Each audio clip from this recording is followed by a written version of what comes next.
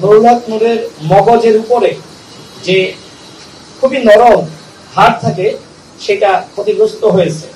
আজকে সকালেও আমি ঢাকা মেডিকেলে গিয়েছি, সেখানে নুরুল হক নূরের সাথে কথা বলার চেষ্টা করেছি, যদিও তিনি কথা বলতে পারছেন না। আমি উপস্থিত থাকা অবস্থায় দেখেছি যে নুরুল হক নূরের নাক দিয়ে ব্লিডিং হচ্ছে।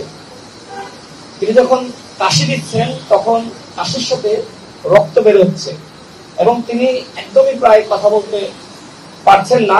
খুব কষ্ট করে আমার সাথে কয়েকটি কথা তিনি বলেছেন। তিনি বলেছেন যে ভাই আমার খুব কষ্ট হচ্ছে। তো আমরা প্রধান উপদেষ্টাকে এই বিষয়গুলো জানিয়েছি এবং যে ঘটনাকে কেন্দ্র করে এই হামলা হয়েছে, যারা এই ঘটনার সাথে জড়িত, সেই বিষয়গুলো আমরা খোলামেলা প্রধান উপদেষ্টাকে জানিয়েছি। সামগ্রিক বিষয় শুনে তিনি আমাদেরকে জানিয়েছেন সরকারের পক্ষ থেকে সিদ্ধান্ত নেওয়া হয়েছে নুরুল হক নূরকে উন্নত চিকিৎসার জন্য বিদেশে নেওয়া হবে।